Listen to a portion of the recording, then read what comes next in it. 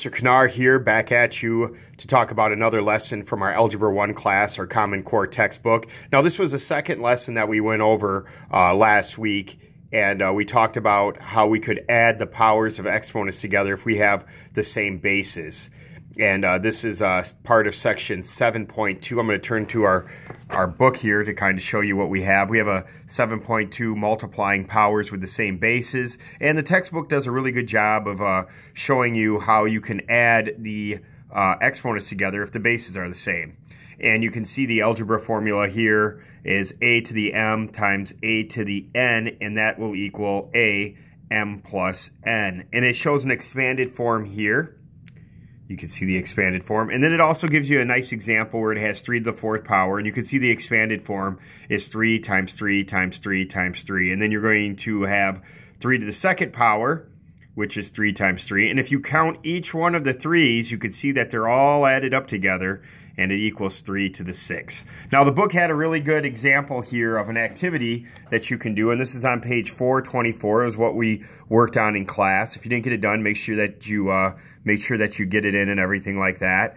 And it has certain spots you can see that are shaded out. You see on number 6, you had to write the expanded form, and then you had to show what 6 to what power was when you added them together. And then it also had you put in the shaded area there on number 6 where it was 6 to the 3 plus 3.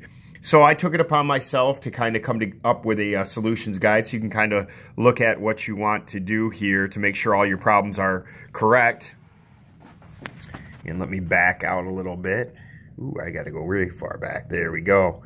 Okay, so we have page 424. You see it starts off with 2 to the 2nd power, or we can say square, times 2 to the 2nd power. We put it in the expanded form, which is 2 times 2 times 2 times 2. And then you ultimately get 2 to the 4th power. We also show that you can add the two exponents together. So you can kind of see that there's different ways to slay the dragon, so to speak, if you're trying to solve the powers of exponents. And if you understand arithmetic, adding them together is much, much, much easier than writing them out in expanded form every single time and counting them out. If you look at number 8, I had to write out 10 times 10 times 10, 10 times in order to solve that. And it asks, what type of pattern do you see on number 9? And you can see where the bases are the same. You can add the exponents together.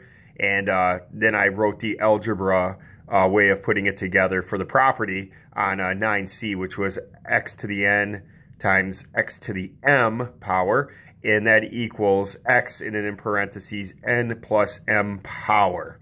Another thing that they did was they also did it with the negatives, and then in that situation you're going to add the negative. If it's on the one side, it's just going to be minus, like you can see number 11 there is 4 to the negative 2 power. And it had the same type of question down here on 16, and if you have negative powers, you could just add them together. Remember, if you get like a negative power, like on B it's 2 to the negative 2nd power, dropping it down with 1 over 9 to the negative, 9 to the 2nd power is the correct way of writing it.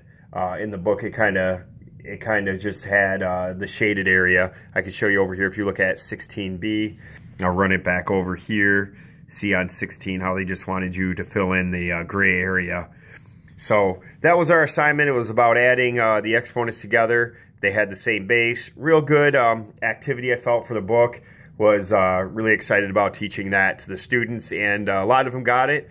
A lot of them had the confidence to get through the rest of the homework assignment. I'll be talking about that on another video. But you guys have a great day.